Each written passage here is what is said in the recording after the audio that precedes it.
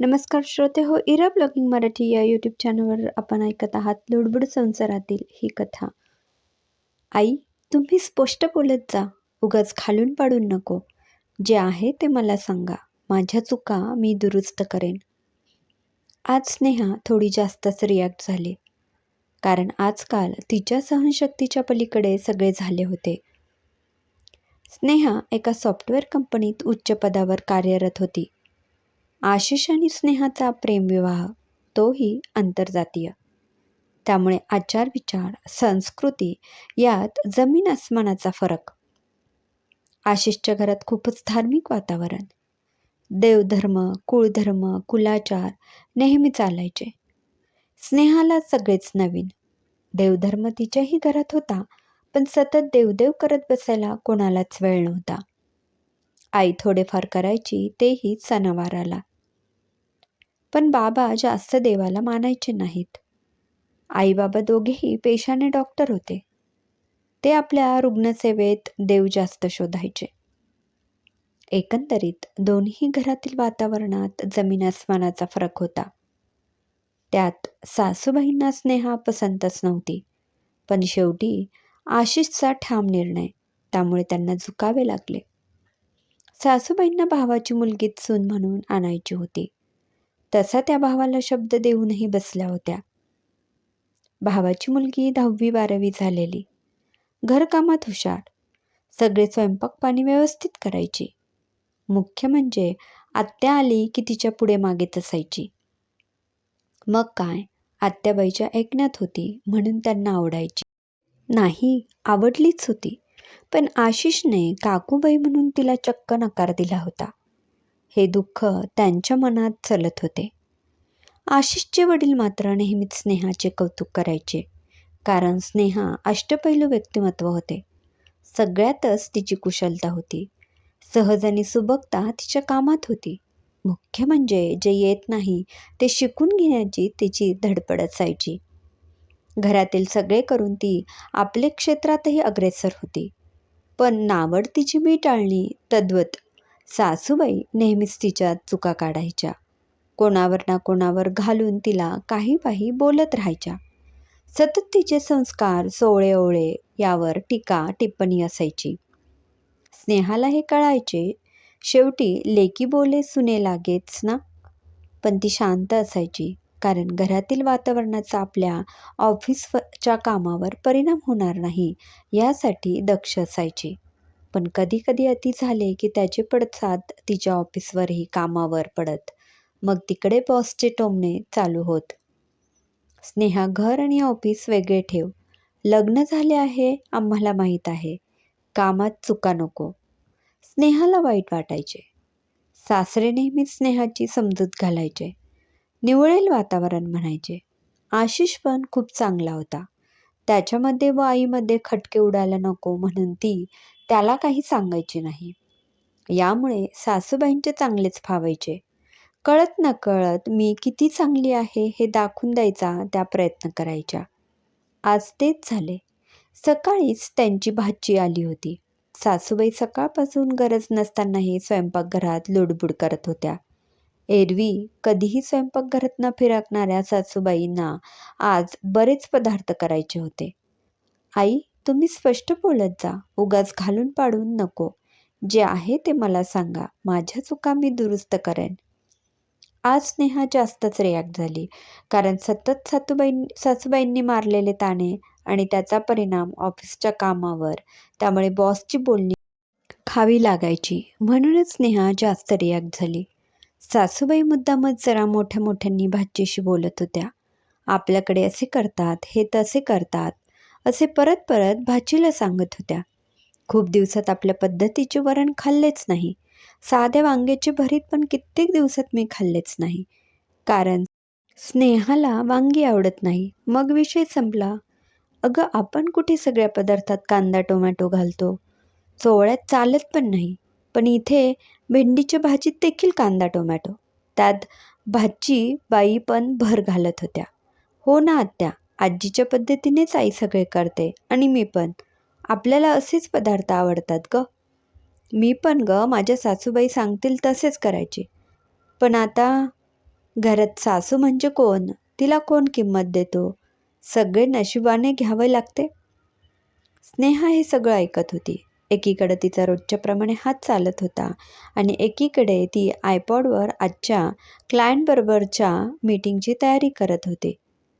आत्या भाचीच्या चाललेल्या सुसंवादाने तिला कामात बराच व्यत्यय येत होता. तिचे मन मधून विचलित होत होते.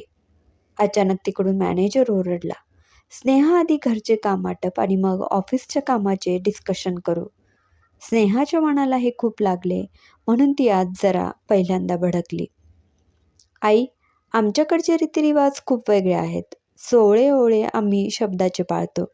आईबाबांनी कोणालाही दुखवायचे नाही हे संस्कार केले माझ्यावर.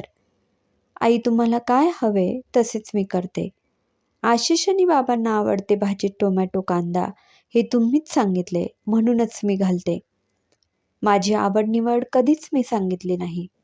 तुम्हीही कधी मला विचारली नाही आणि आईबाबांचे संस्कार म्हणून कधी उलट बोलतही नाही. आशिषवरचे प्रेम मला हे सगळं सहन करायला सहनशक्ती देते.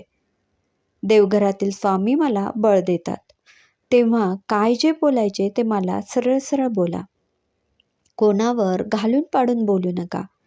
त्यामुळे उलट तुमच्याविषयी आदर वाढेल, तुमचा अनादर होणार नाही. शेवटी ती म्हण आहेच ना, ज्याचा उपयोग तुमचा नित्यव्यवहारात असतो.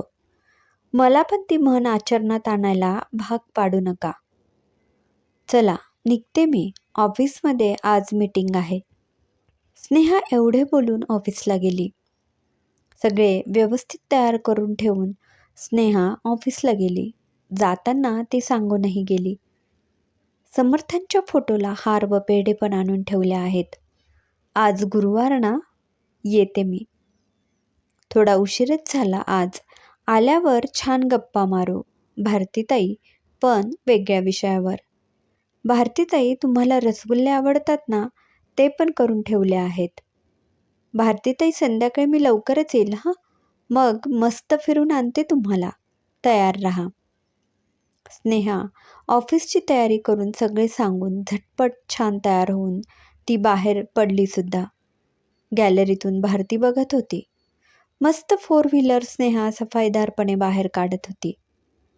सासूबाई आणि त्यांची भाची भारती मात्र विचारात पडल्या.